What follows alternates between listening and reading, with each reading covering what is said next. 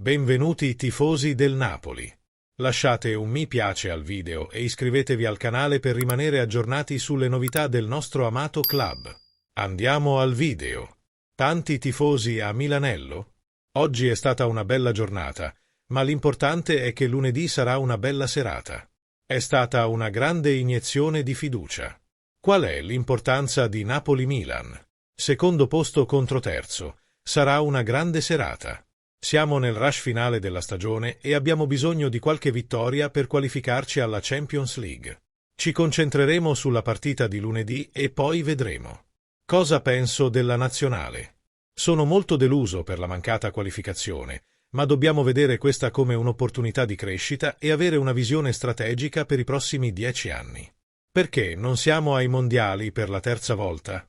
Esprimere giudizi e dire cosa si dovrebbe fare.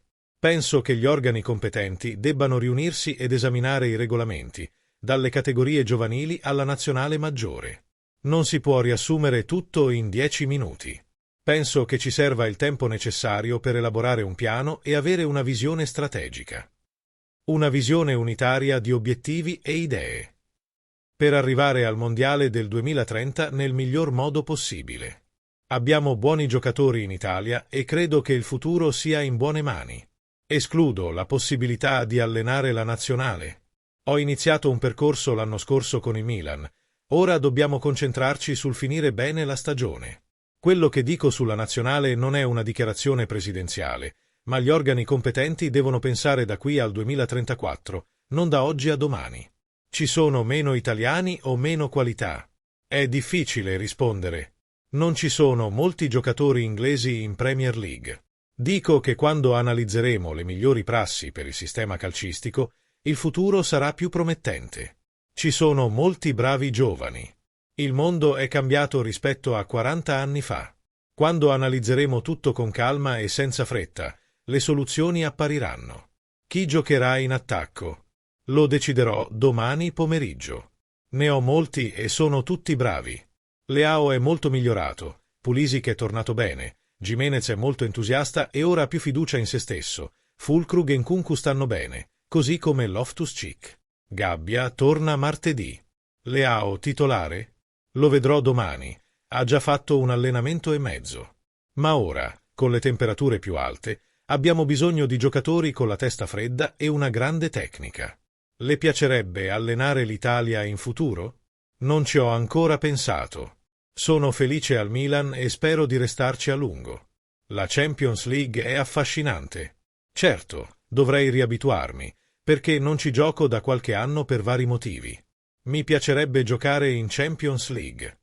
Inoltre, l'allenatore non dipende da Allegri. Lo dico con piena consapevolezza dei fatti. Nel nostro calcio non si può escludere nulla. C'è sempre qualcosa da cui ripartire.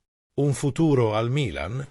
La vita è imprevedibile, non si sa mai cosa succederà. Sarà questo turno decisivo per il campionato? Potrebbe esserlo, anche se mancano ancora 7 partite e 21 punti. Come sta Gimenez? Si è ripreso, sono molto contento. All'inizio aveva delle difficoltà. Ora abbiamo 2 giocatori con caratteristiche molto simili. In particolare in quella posizione, lui e Füllkrug. È il momento di un 4-3-3?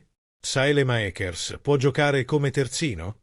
Ha bisogno di essere organizzato, quindi penso che l'ultimo terzo di campo stia funzionando molto meglio ora.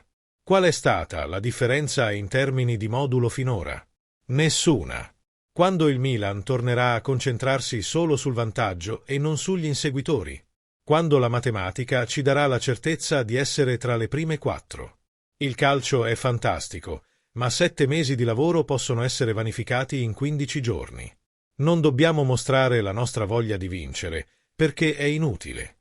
Quando lavori in un club come il Milan, devi avere ambizione, ma tra l'avere ambizione e realizzarla c'è molta strada da fare. Quindi, dobbiamo tenere d'occhio chi ci sta dietro, soprattutto perché il ritorno in Champions League è nelle nostre mani, così come lo scudetto è nelle mani dell'Inter. La vincente del Milan-Napoli può ancora puntare allo scudetto? Dipende dall'Inter.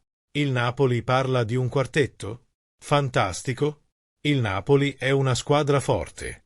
Con le assenze che hanno subito, Il fatto che siano ancora in corsa significa che hanno fatto un buon lavoro. Il risultato finale determinerà se per loro sarebbe stato meglio tornare o meno, perché il risultato cambia la valutazione e i meriti di tutti. Qual è la tua opinione? Metti mi piace al video e iscriviti al canale. Forza N Poli!